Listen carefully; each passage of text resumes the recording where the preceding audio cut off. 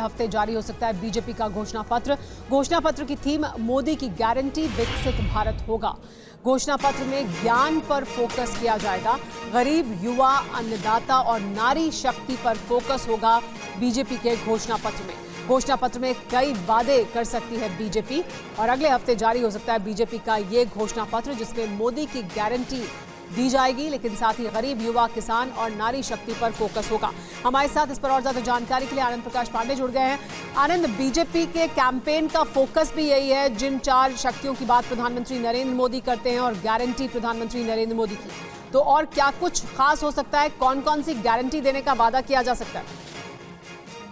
जी बिल्कुल, प्रधानमंत्री नरेंद्र मोदी जैसा कहते रहे और जो बीजेपी का जो घोषणा पत्र है, जिसको बीजेपी संकल्प पत्र यानी कि विजन डॉक्यूमेंट कहती है, वो अगले हफ्ते जारी हो सकता है। अभी कुछ दिन पहले ही बीजेपी ने 27 सदस्यों वाली अपनी मैनिफेस्टो कमेटी बनाई थी, जिसके अध्यक्षता रक्षा मंत्री राजनाथ सिंह कर रहे हैं और उसका कन्वीनर जो है वित्त मंत्री निर्मला सीतारमण को बनाया गया है।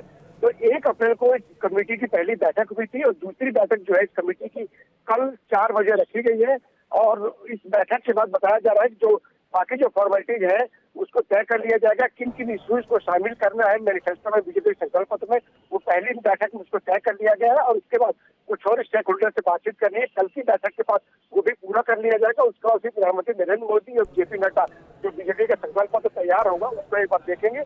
और बताया जा रहा है कि अगले हफ्ते जो बीजेपी का ये संकल्प पत्र है इसको जारी कर दिया जाएगा, क्योंकि 19 अप्रैल को पहले चरण का चुनाव है। उसके पहले बीजेपी न सिर्फ संकल्प पत्र को जारी करना चाहती है, बल्कि वो चाहती है कि वोटर्स को पहले चरण के वोटिंग के पहले उसके तमाम जो वादे हैं और जो अचीवमेंट्स रहे पिछले 10 साल तक जनता तक पहुंचा, इसलिए तैयारी है कि अगले हफ्ते इसको जारी कर दिया जाएगा। और जैसा कि आपने बताया कि प्रधानमंत्री कहते रहे कि गरीब, युवा, अन्नदाता और नारी शक्ति, यही 4 जो सेक्टर्स है, 4 वर्ग के लोग हैं जिनको बीजेपी का टारगेट है और इनको लेकर ही मैनिफेस्टो तैयार किया जाए, इसको ध्यान में रखकर। बिल्कुल आनंद, बने रहे आप हमारे साथ। जो अगली खबर है उस पर भी आपसे और ज्यादा जानकारी चाहेंगे। इस बीच जो अहम खबर सामने आ रही है वो ये कि पीएम मोदी लोकसभा चुनाव प्रचार के दौरान 3 राज्यों में लगाएंगे खास जोर। ये राज्य कौन कौन से होंगे? महाराष्ट्र, बिहार और तमिलनाडु में प्रधानमंत्री धुआंधार प्रचार करने जा रहे हैं। बीजेपी सूत्रों के मुताबिक महाराष्ट्र में प्रधानमंत्री की 18 रैलियां प्रस्तावित हैं।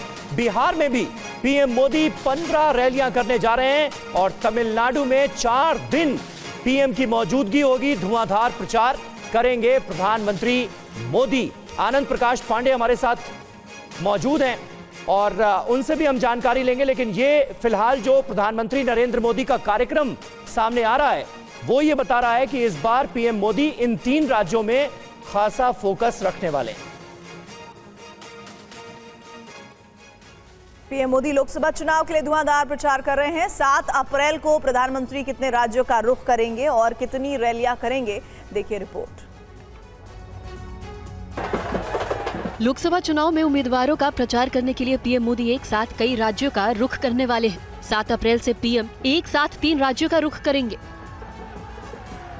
पीएम बिहार, बंगाल और एमपी में चुनाव प्रचार करेंगे। 11 बजे बिहार के नवादा में जनसभा करेंगे। दोपहर 2 बजे पश्चिम बंगाल के जलपाईगुड़ी में कार्यक्रम होगा और शाम 6 बजे के बाद एमपी के जबलपुर में रोड शो करेंगे। इससे पहले पीएम यूपी का रुख करेंगे, जहां 6 अप्रैल की शाम को गाजियाबाद में एक रोड शो करेंगे। 9 अप्रैल को पीलीभीत जाएंगे। यूपी में 80 लोकसभा सीटों के लिए 7 चरणों में मतदान होना है। पश्चिम बंगाल में पहले चरण में कूच बिहार, जलपाईगुड़ी और अलीपुरद्वार में चुनाव होंगे। ऐसे में पीएम मोदी जलपाईगुड़ी में तूफान प्रभावितों से मुलाकात भी कर सकते हैं। पीएम मोदी मध्य प्रदेश के झाबुआ से 2024 के समर का आगाज करेंगे।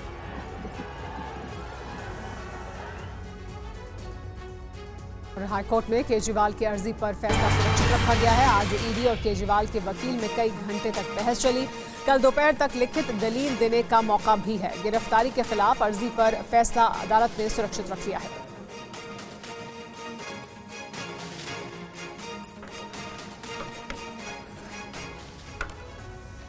और अहम खबर है, केजरीवाल का वजन गिरने पर तिहाड़ सूत्रों का दावा। 3 दिनों की केजरीवाल की रिपोर्ट सामने आई है। यह रिपोर्ट है 1 से 3 अप्रैल की। 1 से 3 अप्रैल तक केजरीवाल का 65 किलो वजन ही रिपोर्ट किया गया है। केजरीवाल का ब्लड प्रेशर भी सामान्य पाया गया।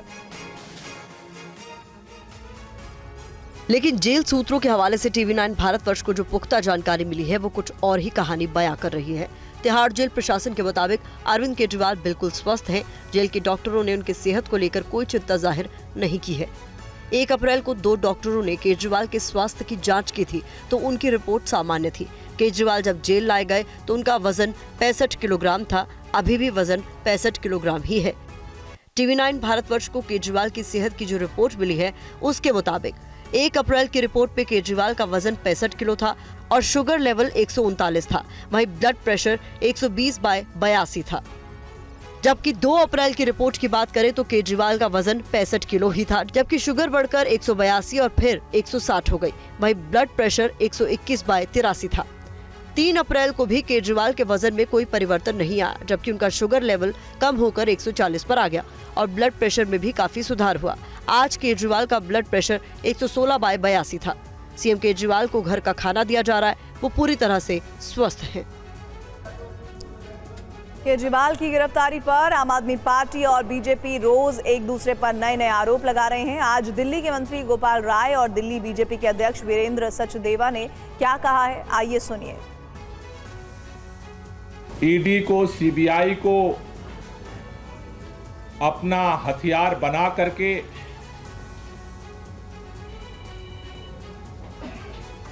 फर्जी आरोपों के आधार पर एक एक करके आम आदमी पार्टी के नेताओं को गिरफ्तार करवाया कि जो बात बार बार कही जा रही थी कि बिना किसी सबूत के, बिना किसी प्रमाण के, डरा करके, धमका करके, दबाव बना करके लोगों को सरकारी गवाह बना करके झूठे आरोप लगा करके ये सारी गिरफ्तारियां की गई हैं। ऋषि मारलेना ने जब कल कहा था, हमने तभी कहा था कि आप झूठ बोल रही हैं, आपके आरोप बेबुनियाद हैं और आपके स्वभाव में है आम आदमी पार्टी के कि आप झूठ बोलते हैं और भाग जाते हैं, हम आपको भागने नहीं देंगे। तो हमने कल शाम तक का उन्हें समय दिया था, उन्होंने माफी नहीं मांगी तो उनको डिफेमेशन नोटिस दे दिया गया है और कह दिया गया है कि 15 दिन के अंदर जवाब दें, नहीं तो कानूनी कार्रवाई हमने शुरू कर दी है। गृह मंत्री अमित शाह ने बड़ा बयान दिया है। यूपी से अब गुंडे पलायन कर रहे हैं, कहा अमित शाह ने। 2014 से पहले यूपी सुरक्षित नहीं था। ये चुनाव मोदी को तीसरी बार पीएम बनाने का चुनाव है। यूपी के मुजफ्फरनगर में अमित शाह ने जनसभा को संबोधित किया। इस दौरान उन्होंने विपक्ष पर जमकर हमला किया। उन्होंने आरोप लगाया है कि कांग्रेस ने राम मंदिर का विरोध किया। उन्होंने कहा कि पीएम मोदी की सरकार ने हर वर्ग के लिए काम किया है। अमित शाह ने विपक्ष पर हमला बोला और कहा कि जो भ्रष्टाचार करेगा वो जेल जाएगा। अमित शाह ने कहा कि 2014 से पहले यूपी सुरक्षित नहीं था, लेकिन बीजेपी की सरकार आने के बाद यूपी से गुंडे पलायन कर रहे हैं।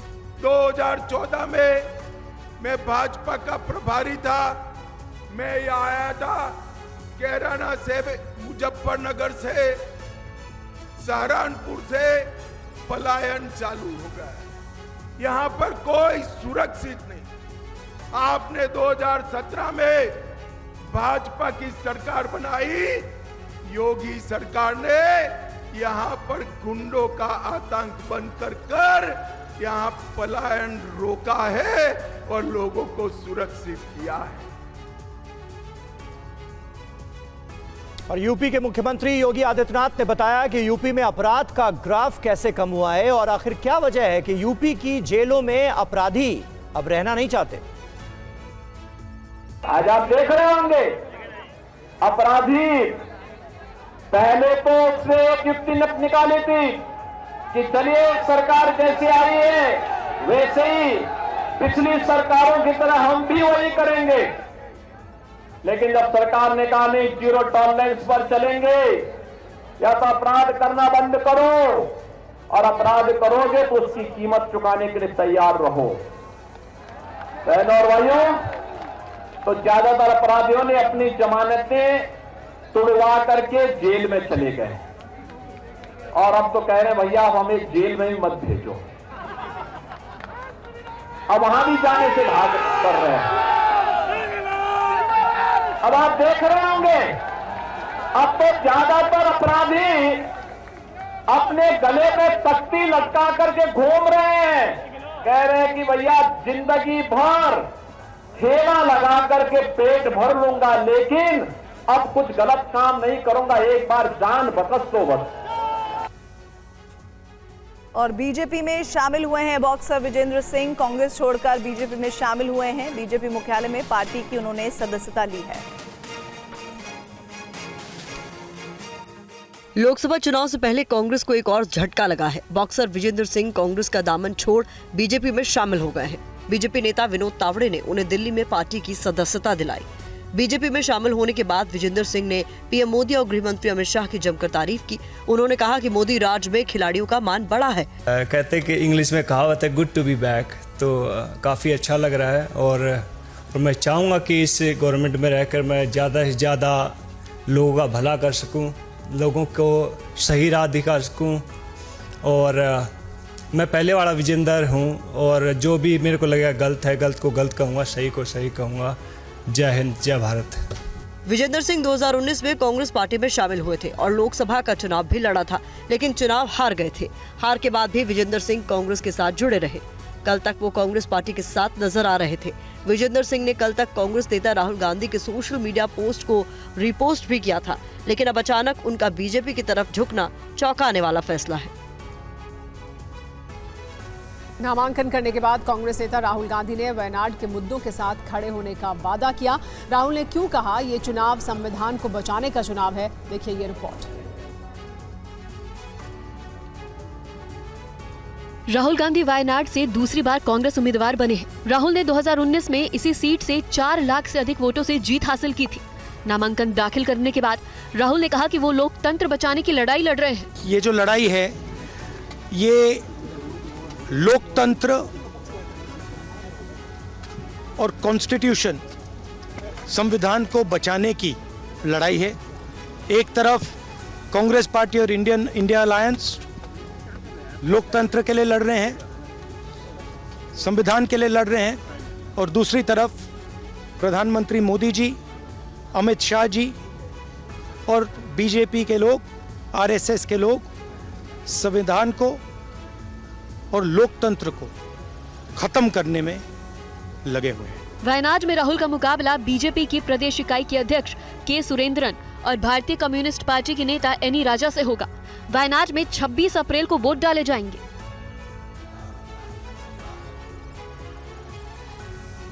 और बीजेपी ने गौतम बुद्ध नगर सीट से सांसद महेश शर्मा को एक बार फिर से उम्मीदवार बनाया है। महेश शर्मा ने आज अपना नामांकन दाखिल कर दिया। इस मौके पर नोएडा से विधायक पंकज सिंह भी उनके साथ थे।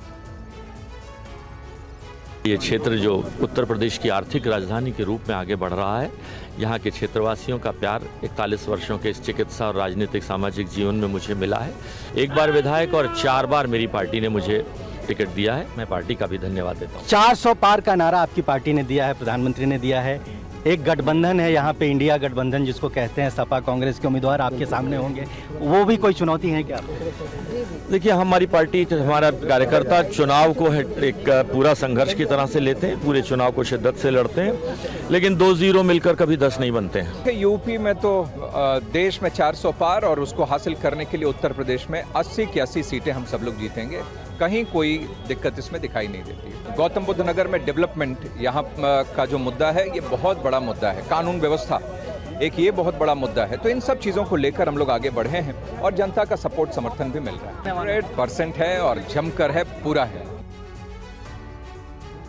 महेश शर्मा के नामांकन के मौके पर यूपी के डिप्टी सीएम ब्रजेश पाठक भी मौजूद रहे। हमारे संवाददाता ने उनसे खास बातचीत की। प्रदेश के उप मुख्यमंत्री ब्रजेश पाठक जी हमारे साथ हैं। सर, नामांकन में आप आए हैं, क्या माहौल है? में भारतीय जनता पार्टी के प्रत्याशी आदरणीय महेश शर्मा जी प्रचंड बहुमत के साथ एक तरफा जीत रहे हैं। यहाँ विपक्ष एकदम लड़ाई में नहीं है और उत्तर प्रदेश राज्य में यही हाल है। 80 की 80 सीटें बीजेपी जीत रही है। समाजवादी पार्टी लगातार अपने प्रत्याशियों को बदल, गठबंधन सुपर फ्लॉप शो साबित होगा, कोई दम नहीं। शिवपाल यादव ने भी मना कर दिया कि बधाइयों से नहीं, उनके कैंडिडेट लगातार पलायन कर रहे हैं।